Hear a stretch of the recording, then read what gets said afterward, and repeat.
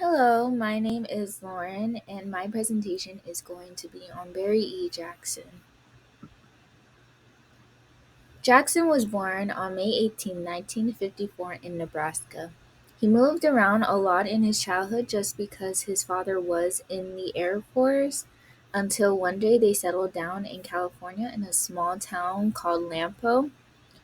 Because of that, at a very young age, he wasn't really surrounded by a lot of artistic figures, and because of that he still was able to find inspiration in the people around him, such as his neighbors or the people he admired, and just put these fantastical elements to his work. But it wasn't until he went to high school that he found other artists whom he had a lot in common with. He went to college at Long Beach State and majored in art, in which he surrounded himself more with different artists who made him feel at home. But he wanted to become a very serious illustrator, so the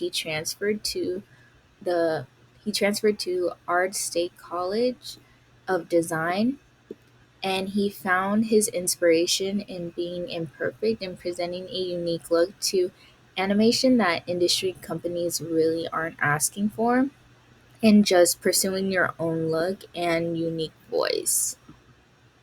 After college, he collaborated with a artist called named Ralph Bakshi.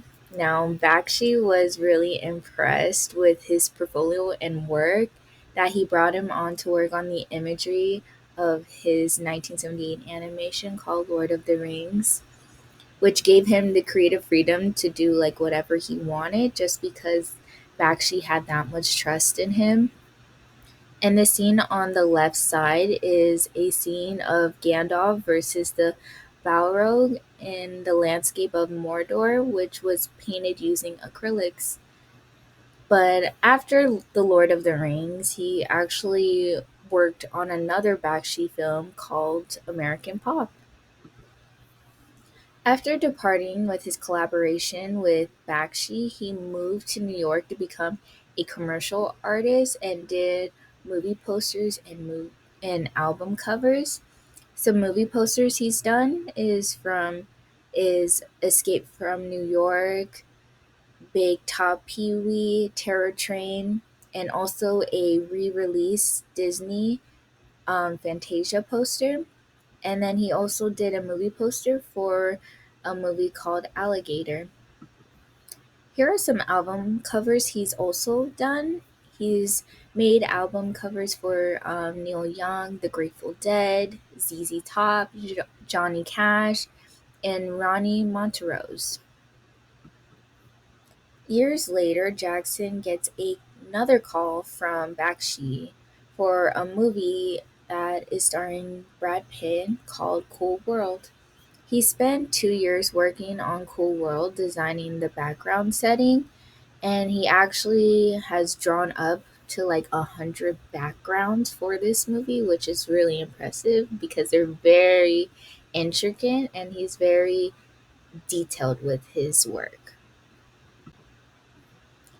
After Cool World, he started doing a lot of concept work for animation films such as The Nightmare Before Christmas, The Prince of Egypt, which is actually one of my favorite movies. Also, The Ant Bully, Horton Hears a Who, Titan AE, How the Grinch Stole Christmas, and Sausage Party. He worked especially a lot with DreamWorks, which, interesting fact, he was one of the people that worked on the very early stages of Shrek, working as a production designer. In 2010, he was also nominated for an Annie Award for Best Production Design and Animation Television Production for his work on Fire Breather. A few years later, Jackson released a children's book called Danny Diamondback in 2008, but Jackson, as of now, is transitioning out of 2D and 3D and wants to work more with oil painting just because he wants to experiment a lot more with other different creative outlets.